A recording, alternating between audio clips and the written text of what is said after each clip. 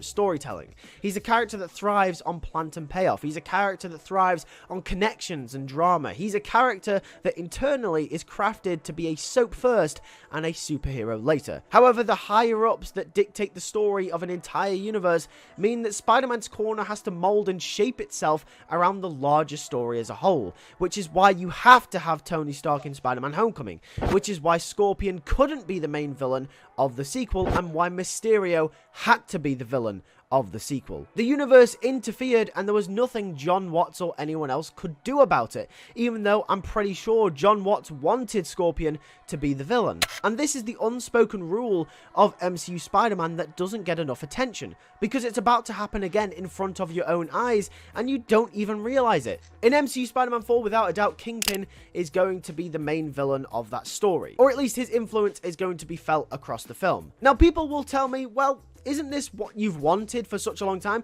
Kingpin and Spider-Man to have a crossover? Yeah, that is true. This is probably going to be one of the instances where it possibly might turn out for the better. But have you ever considered that John Watts or another writer or another director might have come forth with a really good story for MCU Spider-Man 4 with the Tom Holland character? However, we'll never get to see it, and it'll never see the light of day because it doesn't fit the mandate that they want Kingpin to show in this film. Doesn't that sound an awful lot like what they did with Spider-Man 3? What Avi Arad wanted from Spider-Man 3 from Sam Raimi? Avi Arad forced Venom into that movie. Sam Raimi didn't want him. The original Spider-Man 3 would have been on the level of Spider-Man 1 and 2 if it wasn't for the studio mandate. And the studio mandate right now, even though it seems like it's what everyone wants, might not be the best for the character. Someone might have made a story for Tom Holland's Spider-Man that no one had ever thought about, and it might be 10 times better. It might be something that the fans would actually really love to see, but obviously it's never going to happen because the studio is clearly going in the direction of Kingpin. And it's not like this hasn't happened before either. Does anyone remember the No Way Home original script? Yep, the one with Kraven the Hunter. Remember that?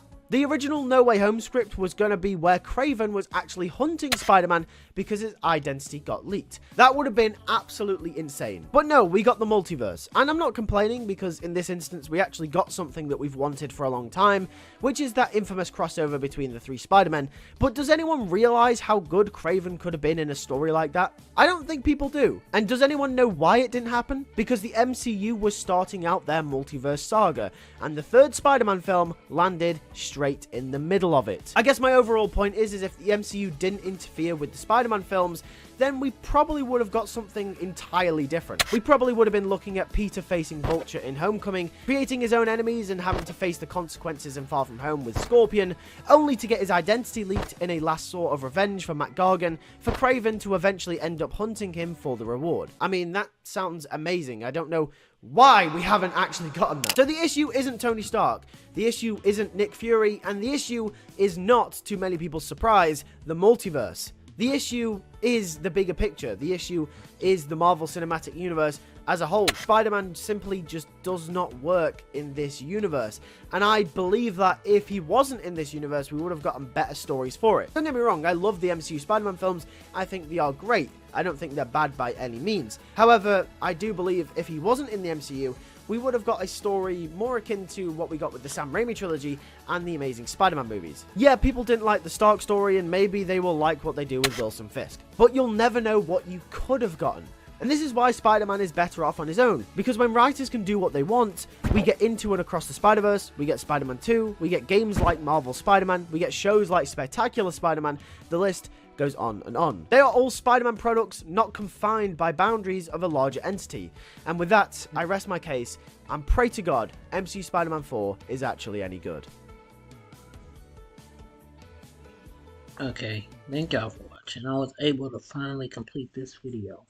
2 videos in one, but hey, it's an extra video. Thank y'all for watching. I'm gonna see you on